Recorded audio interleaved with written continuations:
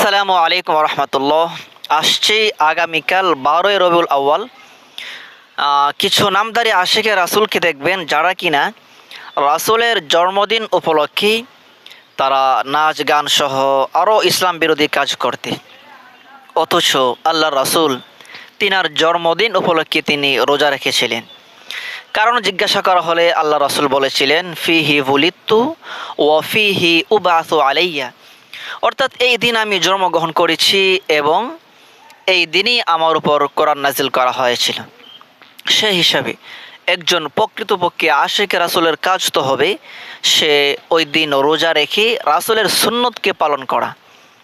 অথচ ওই সকল নামধারী আশিকে রাসূলদের সুন্নতের কোনো খবর নেই, তারা শুধু নাচ গান এগুলোর মধ্যে লিপ্ত থাকে। দিন মিলাদুন্নবী পালন করা তো সম্পূর্ণ বিদআত। আল্লাহ তাআলা আমাদের সকলকে সহিহ বুঝ দান করুক, আমিন।